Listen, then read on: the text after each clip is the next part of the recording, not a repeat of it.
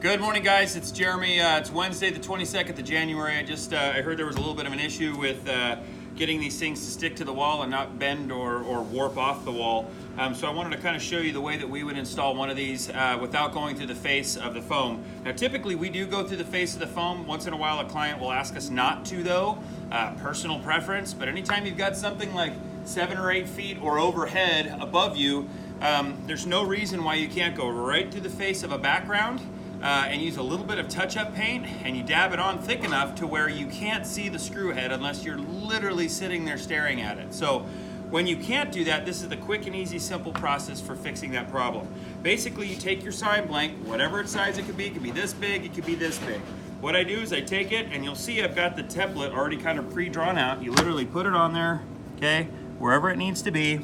Take your pencil, draw around it, okay? You got your A side. You flip it over, and you got your B side. You line up your corners, okay? It's basically just doing a reverse template. Now, this is kind of a smaller version, and I would spend a lot more time if I was actually doing, a complicated install or whatnot, but you just line it up, okay? And this becomes your template for installing on the wall. So, corner here, I'm just gonna go here. There's my first mark. There's my second mark. Third mark. Fourth mark. Pull this off, there's your template, okay? That's your installation template. Then you come back to your piece of Corafoam, okay? And you go down to your desired depth, obviously not through, because this is I'm drilling into the back side of the sign, not the front, okay? Now we got that, okay? Clear all that out. Use a 1/8 inch or 1/4 inch aluminum stud. You can buy these from Gemini. You take these, twist those in, those will stick in there, okay? Same deal, twist these in. I made the holes a little bit too big. I would use a little bit smaller of a router bit so they don't go in and out like that. But even so, that's not bad. You'd still be okay. Then you take your template and you make sure that you got it the right way, okay? Yep, good to go. So now we know that once this sign goes on, it's gonna go onto the wall like this. Okay, actually come on over here for this. We're gonna go over here and we know that that's the right side. So I'm going to take this here. So we know that this is the right side of the template. Okay, put this off to the side. This is the template that I need. I'm gonna come to the wall, put my first one in. Oh, this guy fell out. I got it. They're gonna do the first one here. Okay, now I got my first hole. Now I'm gonna take my first hole and I'm gonna pivot this pattern to where it's even. Now I'm not gonna spend a bunch of time making sure it's absolutely perfect because this is just a sample video, but you go here, almost through.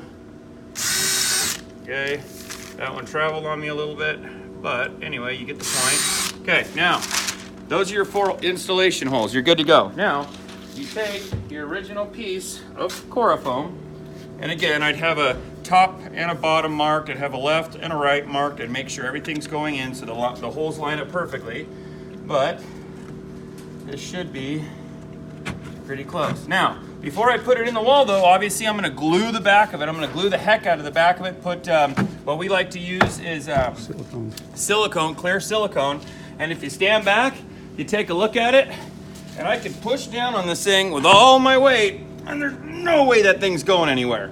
So the studs hold the tensile strength. It'll never sag, never droop, and there's no way for this to pull off the wall, especially when you have it glued. And before you stick these studs into the wall, don't be afraid to put glue down in these holes, glue those into place, and then take your glue, the tip, and just go bloop, and stick it through the top of the nozzle of your glue source.